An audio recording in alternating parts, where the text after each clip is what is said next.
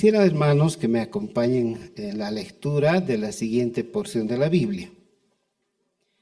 Primera de Juan 3.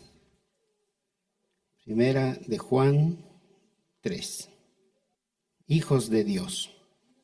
Mirad cuál amor nos ha dado el Padre para que seamos llamados hijos de Dios. Por esto el mundo no nos conoce, porque no le conoció a Él. Amados, ahora somos hijos de Dios, y aún no se ha manifestado lo que hemos de ser, pero sabemos que cuando Él se manifieste, seremos semejantes a Él, porque le veremos tal como es. Todo aquel que tiene esta esperanza en Él, se purifica a sí mismo, así como Él es puro. Todo aquel que comete pecado infringe también la ley, pues el pecado es infracción de la ley. Y sabéis que Él apareció para quitar nuestros pecados, y no hay pecado en Él. Todo aquel que permanece en Él no peca. Todo aquel que peca no le ha visto ni le ha conocido. Hijitos, nadie os engañe. El que hace justicia es justo como Él es justo. El que practica el pecado es del diablo, porque el diablo peca desde el principio. Para esto apareció el Hijo de Dios, para deshacer las obras del diablo. Todo aquel que es nacido de Dios no practica el pecado, porque la simiente de Dios permanece en él y no puede pecar porque es nacido de Dios. En esto se manifiestan los hijos de Dios y los hijos del diablo. 2 puntos. Todo aquel que no hace justicia y que no ama a su hermano, no es de Dios. Porque este es el mensaje que habéis oído desde el principio, que nos amemos unos a otros. No como Caín, que era del maligno, y mató a su hermano. ¿Y por qué causa le mató? Porque sus obras eran malas y las de su hermano justas. Hermanos míos, no os extrañéis si el mundo os aborrece. Nosotros sabemos que hemos pasado de muerte a vida, en que amamos a los hermanos. El que no ama a su hermano permanece en muerte.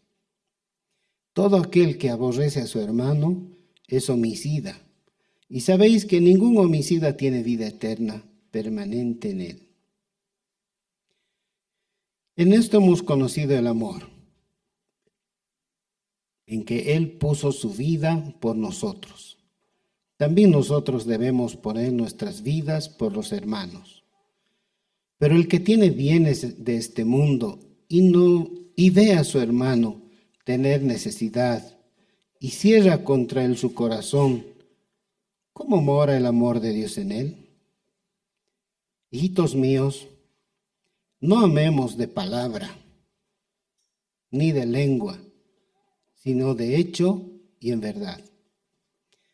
Y en esto conocemos que somos de la verdad y aseguraremos nuestros corazones delante de Él.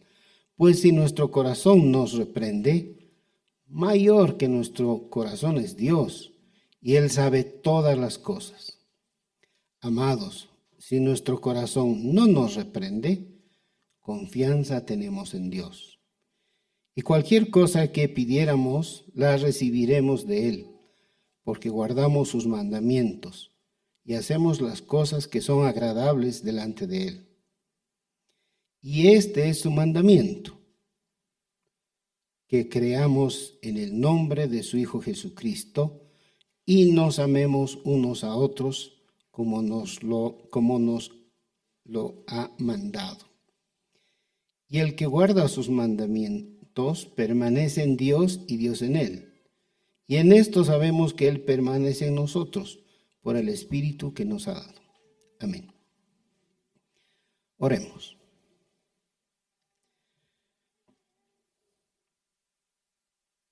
Dios Padre bueno, Gracias porque has inspirado tu palabra a hombres fieles que la han escrito, inspirados por ti, hombres fieles que la han atesorado, la han almacenado, la han distribuido y ha llegado hasta nuestras manos y mentes. Gracias, Dios bendito, por tu provisión, porque el Verbo se hizo carne y vimos su gloria, gloria como del Altísimo del Padre, Altísimo y unigénito Hijo del Padre. Bendito sea, Señor, en su nombre, amén. Bueno, ¿de qué podríamos predicar en estos tiempos, en este momento, en que está nuestra mente ocupada, en que reflexionamos? Quienes han visto las noticias en estos días, bueno, visto las noticias, todas la televisión y noticias o leído, una de las principales es justamente este problema de los bloqueos, de las marchas, las contiendas, etcétera, que vemos en nuestro país, en nuestra ciudad, y seguramente nos preguntamos por qué, o qué pasa. De rato en rato voy a hacer alguna encuestita rápida, ¿ya? Por favor, levanten las manos los que en algún momento han pensado, ¿y si me fuera de La Paz? Hay un número grande, ¿no? Sí, a veces uno dice, creo que estoy en el lugar equivocado, esto no me gusta, ¿no? Hay tantas contiendas, peleas y todo, quizás sería mejor irme, ¿no? Incluso algunos del país, no solo de la ciudad de La Paz.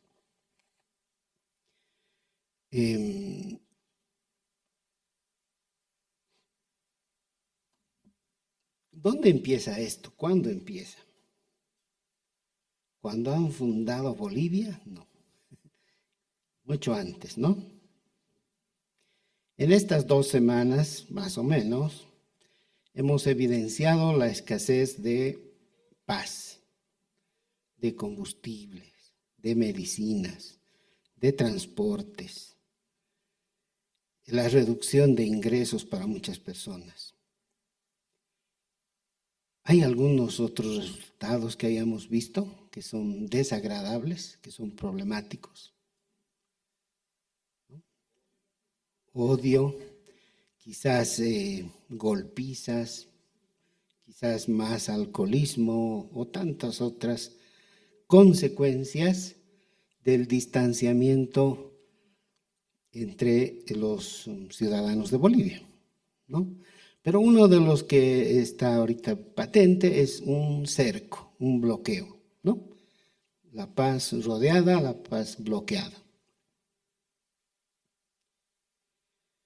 En la historia han habido muchos sitios, bloqueos o asedios también, muchísimos, pero algunos han sido muy famosos. Por ejemplo, si le hace en el siglo XII, creo, antes de Cristo, Troya, ¿no? De eso se trata, lo que escribió Homero. El sitio romano a Jerusalén, el año 70, el cual fue profetizado por Daniel y recordado por Jesús en Marcos, cuando les recomienda, ¿no? Que cuando vean esa abominación terrible que vendrá, no se queden, escapen. Si hay uno en el terrado y otro abajo, no espera nada, huyan. Eso fue profetizado muchísimo antes, pero el Señor Jesús les recordó para que estén listos.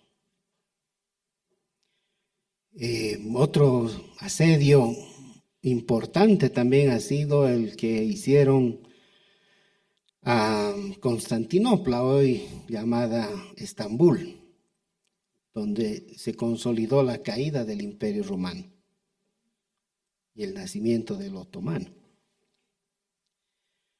Más más tarde, en 1781, también hubo un cerco a La Paz. Hubieron varios, pero este fue uno de los más sangrientos. Otro sitio que fue también cercado por 3 años ha sido en la Segunda Guerra Mundial, Leningrado, en Rusia. Hay muchísimo escrito acerca de aquello. Y el más largo, uno más reciente, en la Guerra de los Balcanes, ¿no? En Sarajevo. ¿Qué tienen en común estos sitios?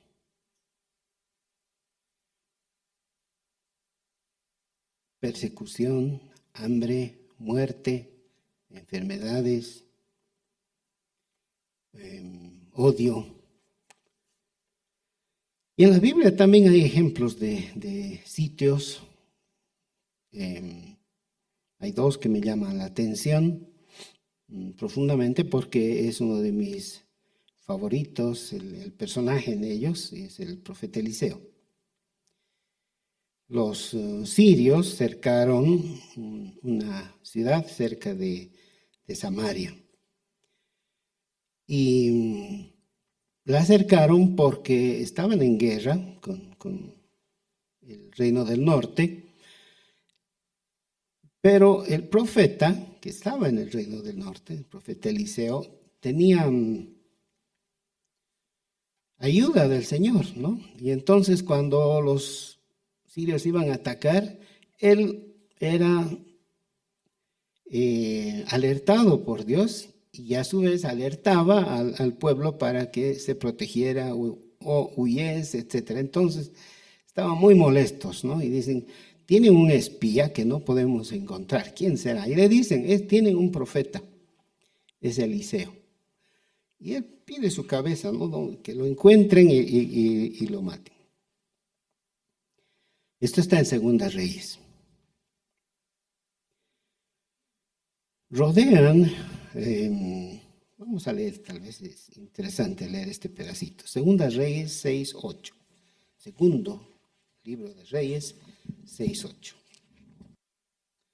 Tenía el rey de Siria guerra contra Israel y consultando con sus siervos, dijo, en tal y tal lugar estará mi campamento. Y el varón de Dios envió a decir al rey de Israel, mira que no pases por tal lugar porque los sirios van allí. Entonces el rey de Israel envió a aquel lugar que el varón de Dios había dicho y así lo hizo una y otra vez con el fin de cuidarse. Entonces no podían tomarles por sorpresa, ¿no? Voy a avanzar un poco más. Molesto el rey, dice, id y mirad dónde está Eliseo, ¿no? Para que yo envíe a prenderlo. Y le fue dicho, he aquí que él está en Dotán. Entonces, Dotán era una ciudad cercana a la capital, ¿no? Y entonces envió el rey allá gente de a caballo y carros y un gran ejército, los cuales vinieron de noche y sitiaron la ciudad. Y se levantó de mañana y salió el que servía al varón de Dios, y he aquí el ejército que tenía sitiada la ciudad, con gente de a caballo y carros. Entonces su criado le dijo, ay, señor mío, ¿qué haremos? Él le dijo, no tengas miedo, porque más son los que están con nosotros que los que están con ellos. Y oró Eliseo y dijo, te ruego, Jehová, que abras sus ojos para que vea. Entonces Jehová abrió los ojos del criado y miró, y he aquí que el monte estaba lleno de gente de a caballo y de carros de fuego alrededor de Eliseo. No voy a continuar la historia para que la lean. Pero 2 cosas importantes. Hay un mundo espiritual que no vemos, no lo notamos fácilmente. Ahí él tuvo que orar para que el criado pudiera ver que no estaban echados a su suerte, que aunque estaban rodeados de soldados y carros y todos iban tras de Eliseo, él estaba tranquilo y el criado estaba acongojado, al punto que le dice: Señor, te ruego que pueda ver. Lo ha debido estimar al criado, ¿no? Porque a veces uno dice: me va a servir mejor si está asustado.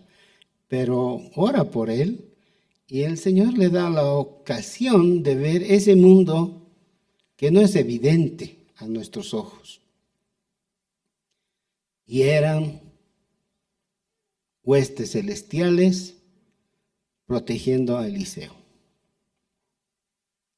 ¿Cómo sería si ahorita hiciéramos una oración así y en medio de uno de estos bloqueos viéramos que hay muchísimos ángeles ahí protegiendo a los hijos del Señor?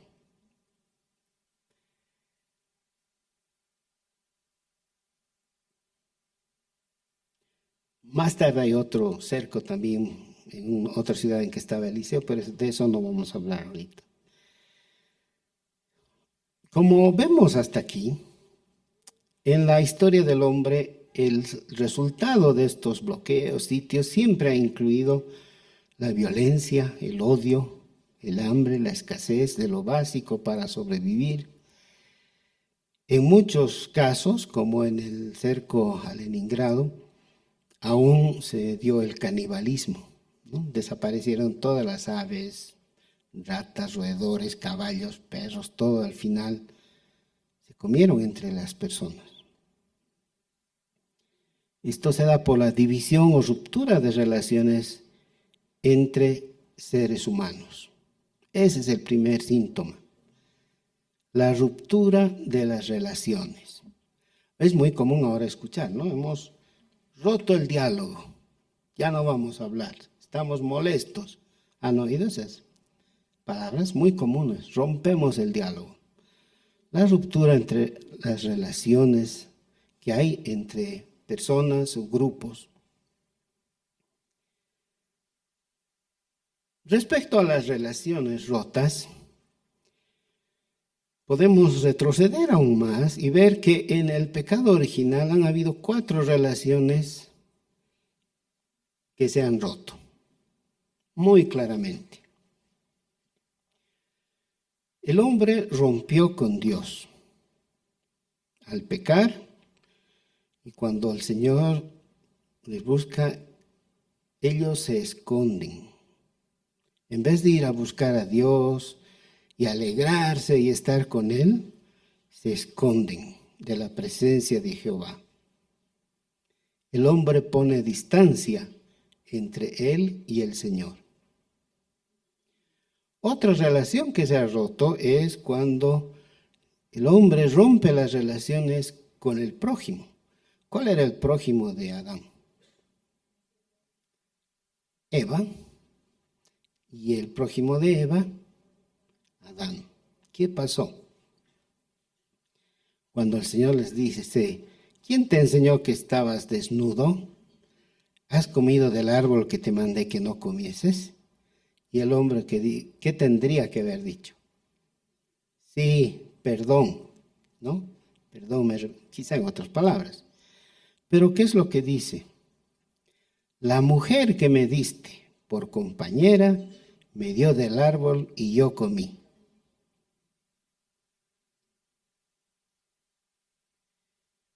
Inmediatamente la denuncia, ¿no? Ella tiene la culpa, no fui yo, fue ella. Yo soy víctima de la mujer que me has dado. ¿Cómo pueden manipular las palabras, no?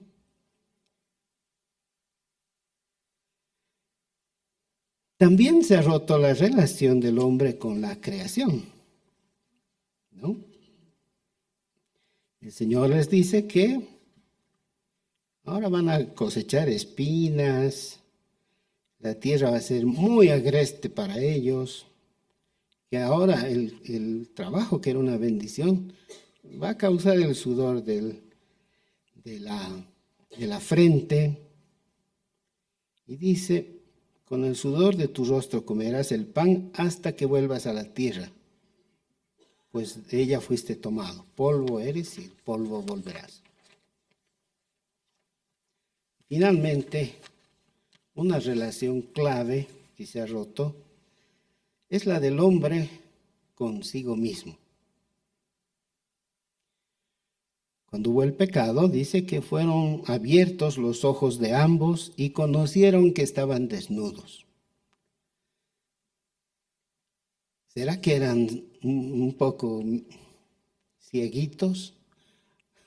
¿No sabían que estaban desnudos? ¿No se veían? Dice que sus ojos fueron abiertos. Conocieron que estaban desnudos, entonces cosieron hojas de higuera y se hicieron delantales y se escondieron. Cuando el Señor les dice, ¿dónde estás tú? Él responde y dice, oí tu voz en el huerto y tuve miedo porque estaba desnudo y me escondí. ¿Es malo estar desnudo? Ellos se dieron cuenta que estaban en falta, pero entró una relación rota consigo mismo. Ahora tenían vergüenza. No es agradable tener vergüenza, ¿no es cierto? Avergonzarse de uno mismo, por su conducta, por su apariencia, por lo que fuera, sentirse incómodo. Eso, puesto en términos actuales, puede traer mucho estrés, mucho sufrimiento. De esas 4 relaciones rotas, quiero enfocarme en una, en la rota entre el hombre y su prójimo.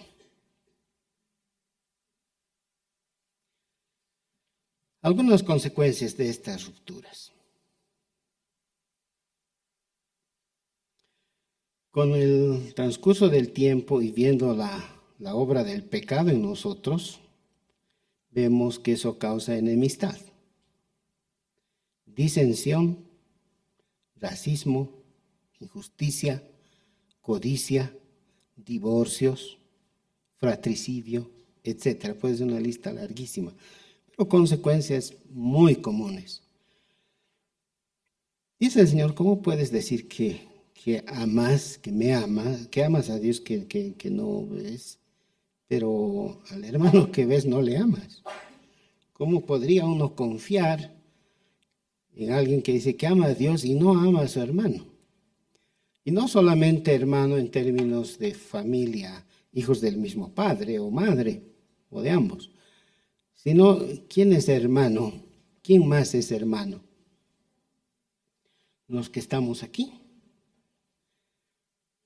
Recuerdo una vez cuando Vicky era bien chiquita, estábamos hablando y se equivocó y me dice, tú eres mi hermano.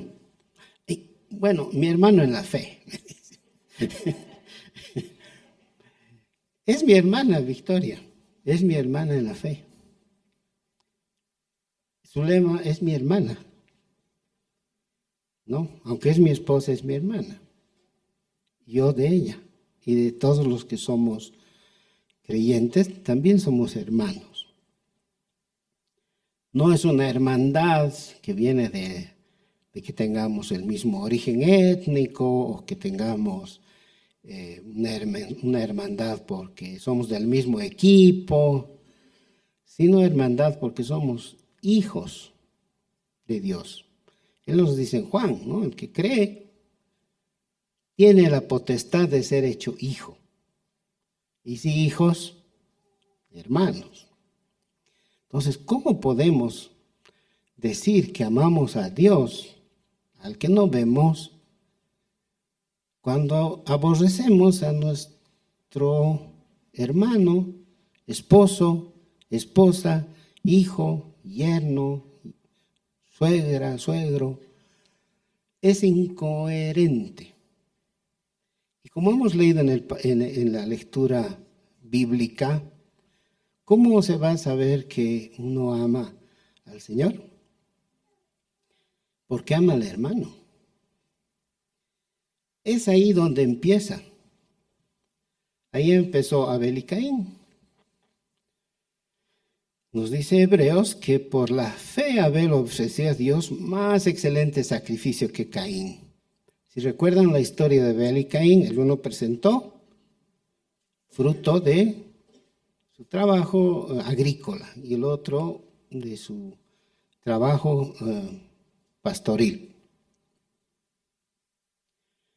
Y Dios se agradó con Abel y no con Caín.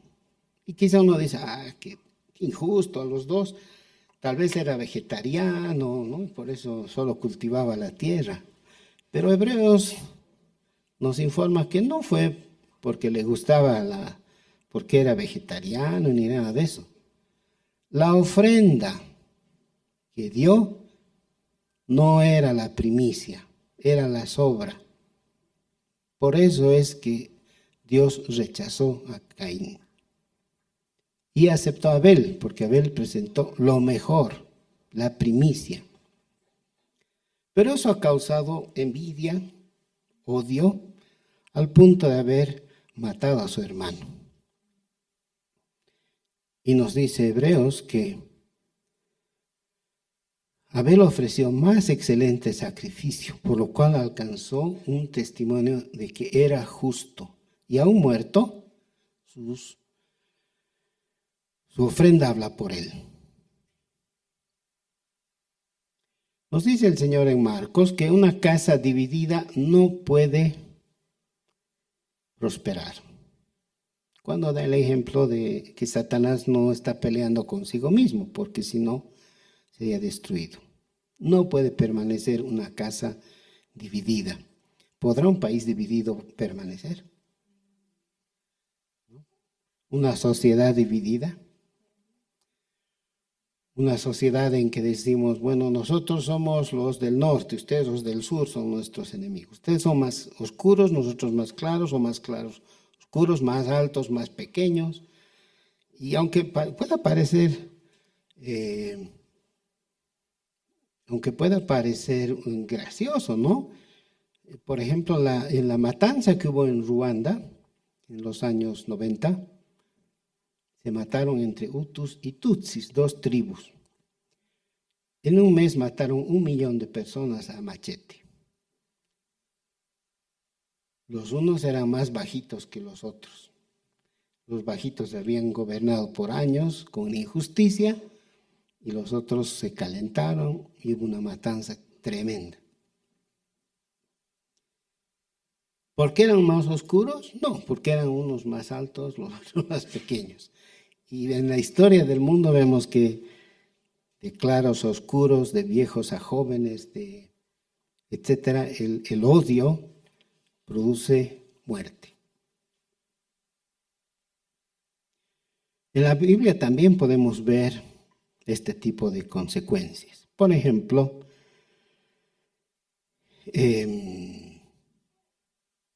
cuando murmuraron contra Jeremías los de Anatot, que era su pueblo natal. Consecuencia, el Señor los maldice. Murieron sus mejores guerreros y sus hijos murieron de hambre. Porque murmuraron contra el profeta. María y Aarón murmuraron contra Moisés, se pusieron delante de él, quisieron sacar a relucir que ellos eran mejores porque él se casó con una persona de color. Consecuencia, le dio lepra blanca y humillación.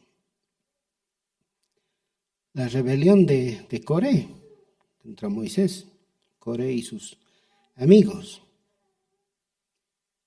fueron tragados por la tierra, descendieron vivos al Seol.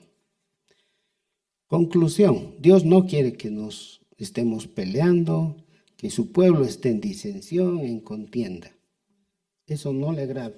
El mundo sí, hemos visto, el mundo está lleno de guerras, algunos creen que viene una tercera guerra mundial, se pelean los de aquí con los de allá, bloquean los unos a los otros. En el mundo eso es pan de todos los días y hemos visto las consecuencias y el origen. Pero Dios no tolera eso en su pueblo. Entonces, por eso decía al principio que nos demos un abrazo fuerte, apretón de manos, etcétera, una sonrisa genuina, ¿no? Genuina, que podamos amarnos los unos a los otros. Otra forma en la que el Señor nos hace saber es muy directo, ¿no? Por ejemplo, en Isaías, al principio, la voluntad de Dios es que haya reconciliación y unidad con Él y con el prójimo. Les dice sus ofrendas, todo es una abominación. No quiero verlas. Están llenas de sangre sus manos. No han tratado bien a la viuda, al huérfano, al desamparado. Venid luego de que se hayan arrepentido. Estoy parafraseando, ¿no? Y estemos a cuenta. O sea, la voluntad de Dios es estar a cuenta con su pueblo, cuenta con los suyos. Si vuestros pecados fueran como la grana, como la nieve serán emblanquecidos. Si fueran rojos como el carmesí, vendrán a ser como blanca lana. Blancos como la nieve. Es tan importante para Dios que haya reconciliación que en el Nuevo Testamento también nos dice que Jesús, que es la imagen del Dios invisible, el primogénito de toda creación, es el que ha venido aquí a reconciliar. Agradó al Padre que en Él habitase toda plenitud y por medio de Él reconciliar consigo todas las cosas, las que están en el cielo como las que están en la tierra, haciendo la paz por medio de la sangre de su cruz. Más aún, no solamente quiere Él reconciliar al ser humano consigo mismo, no solo al ser humano, todas las cosas, sino que nos dice que nosotros somos ministros de reconciliación. Entonces, podemos estar viendo la televisión y decir que estos son los malos, estos son los buenos, que le suenen, que lo arresten, que le pase esto, que lo deporten, lo que fuera. ¿Y qué tal si sale una manito y nos dice, ¿y tú qué estás haciendo al respecto? ¿Solo eres un testigo? ¿Eres alguien que solo está criticando?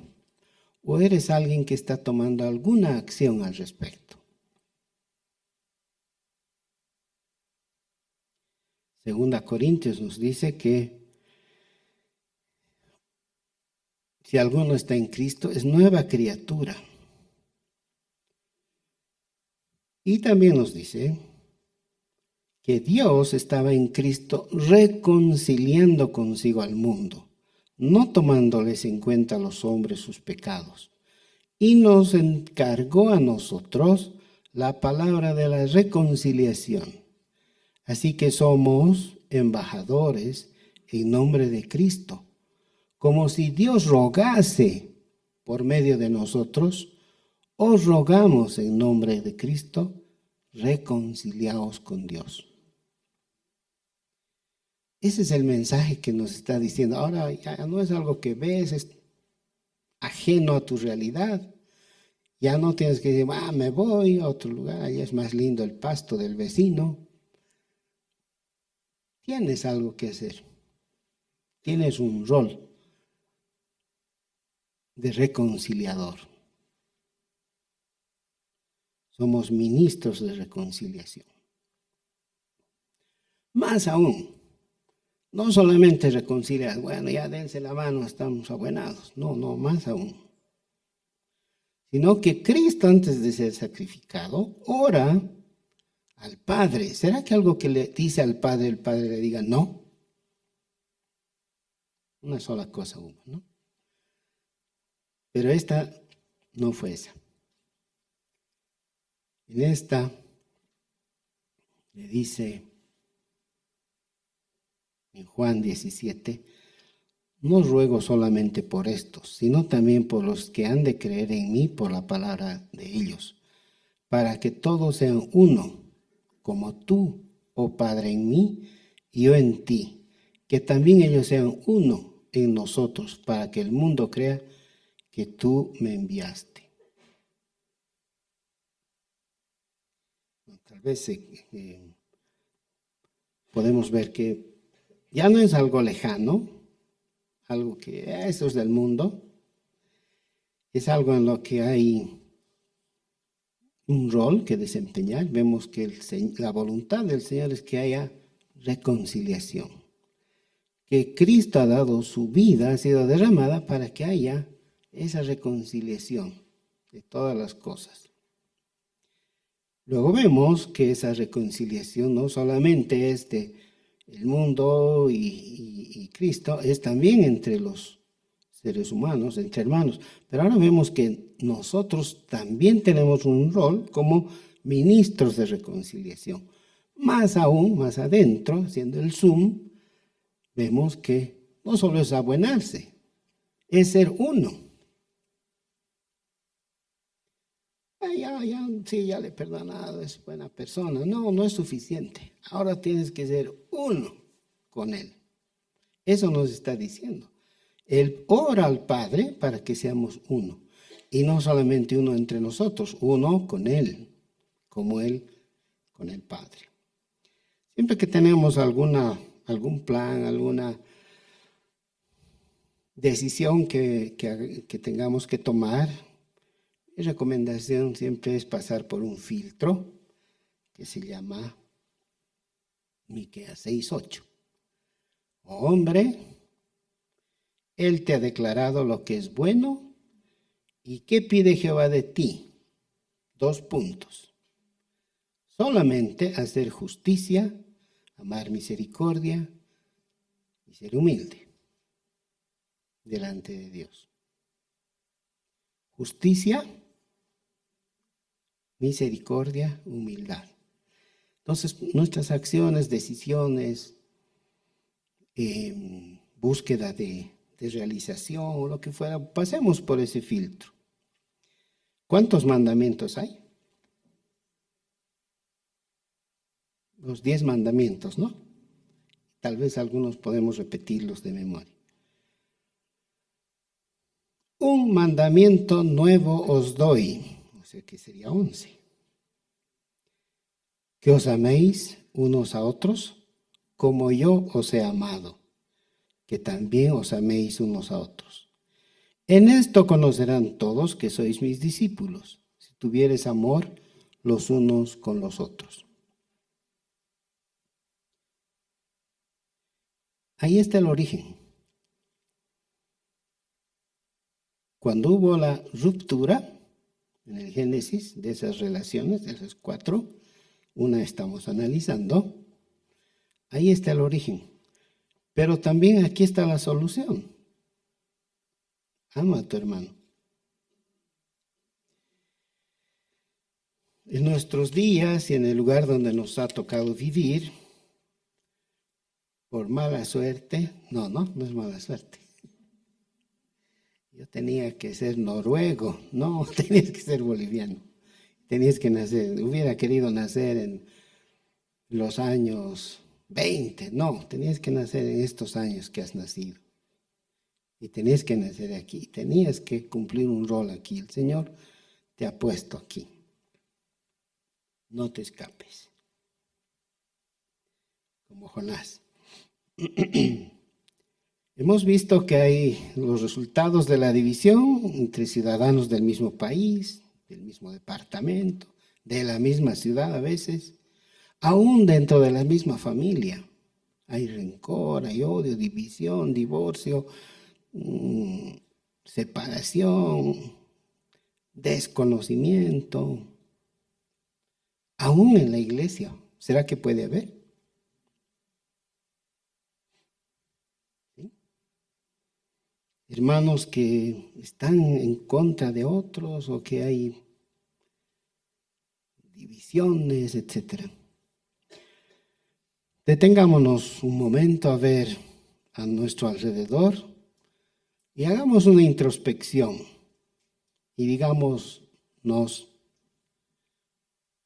¿hago yo lo mismo? Ya hemos acusado a aquellos, a estos, y ahora cuando señalamos hay tres que nos apuntan, ¿no? Tres dedos. ¿Hago yo lo mismo? ¿Habré hecho sin darme cuenta?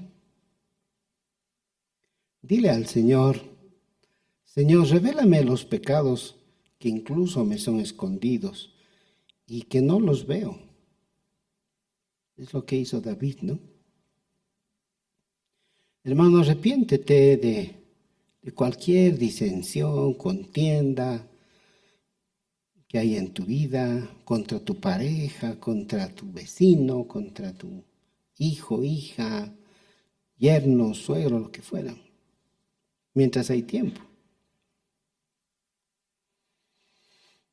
Y da pasos concretos, no solamente, ay, qué pena, me he enojado con mi compañero de curso. No, da pasos, toma acciones. Pide perdón primero a Dios y luego restituye con esa persona. Si es posible hoy. El Señor nos dice que si tienes algo contra tu hermano, deja tu ofrenda, no traigas. No quiere esa ofrenda. Primero anda a arreglar. Obedezcamos al Señor que quiere ponerse a cuenta con nosotros, que quiere que nuestros pecados sean emblanquecidos como la nieve, al punto de haber dado a su Hijo inocente para que esto suceda. Que seamos verdaderos ministros de reconciliación, no de división ni de separación.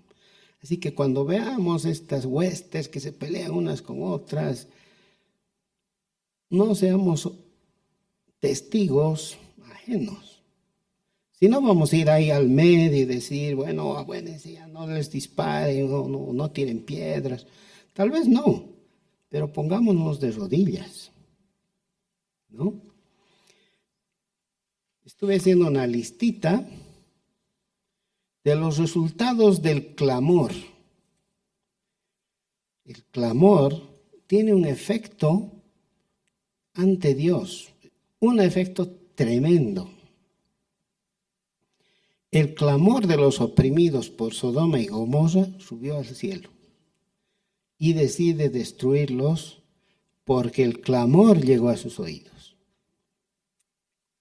El clamor de su pueblo en Egipto llegó a sus oídos y mandó a Moisés. El clamor de su pueblo delante de los filisteos hizo que derrotasen a los filisteos. En la época de Ester y Mardoqueo, el clamor de su pueblo hizo que el que estaba preparando la caída de ellos, la eliminación del pueblo judío, fuera ahorcado en su propia horca. Santiago nos habla de la respuesta del Señor por el clamor ante la injusticia. Y finalmente nos informa en Apocalipsis que en la Nueva Jerusalén no va a haber clamor. Ya no va a haber clamor. Así que, hermanos, seamos ministros de reconciliación, reconciliando primero lo que está a nuestro alcance, nuestras relaciones, nuestras cosas sin resolver aún. Y luego vayamos a predicar al prójimo. Seamos esos ministros que le dicen, ya no te preocupes por esto, ya abuénate con el Señor, reconcíliate. Él ha dado a su Hijo por ti, te ama. O las palabras que tengan para predicar el Evangelio.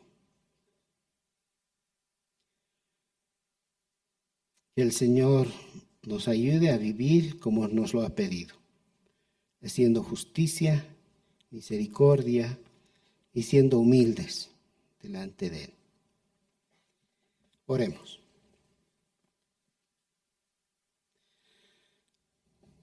Bendito Señor, no tenemos méritos con que acercarnos delante de ti. En nosotros mismos no hay bondad, pero a través del sacrificio de Cristo que ha reconciliado la relación contigo, Señor, podemos ir delante de ti, postrarnos y ser renovados. Que dejemos de ser ciegos, que nuestros ojos sean abiertos y podamos ver lo que tenemos que hacer. Que cumplamos la misión que nos has dado en el lugar y tiempo en el que nos has puesto. Que intercedamos por este país y que el clamor suba delante de ti y pongas una bendición sobre Bolivia, Señor. Que tu palabra sea predicada en todo el país y haya reconciliación. Que no haya más confusión. Ese es el arma que nos has dado, Señor. Bendice a Bolivia, Señor. Bendice a aquellas personas que están sufriendo de injusticia, de falta de misericordia y de las consecuencias de la soberbia. Ten misericordia de nuestro país, Señor. Te entregamos la semana que tenemos por delante y te rogamos tu bendición. En el nombre de Jesús, amén. Gracias.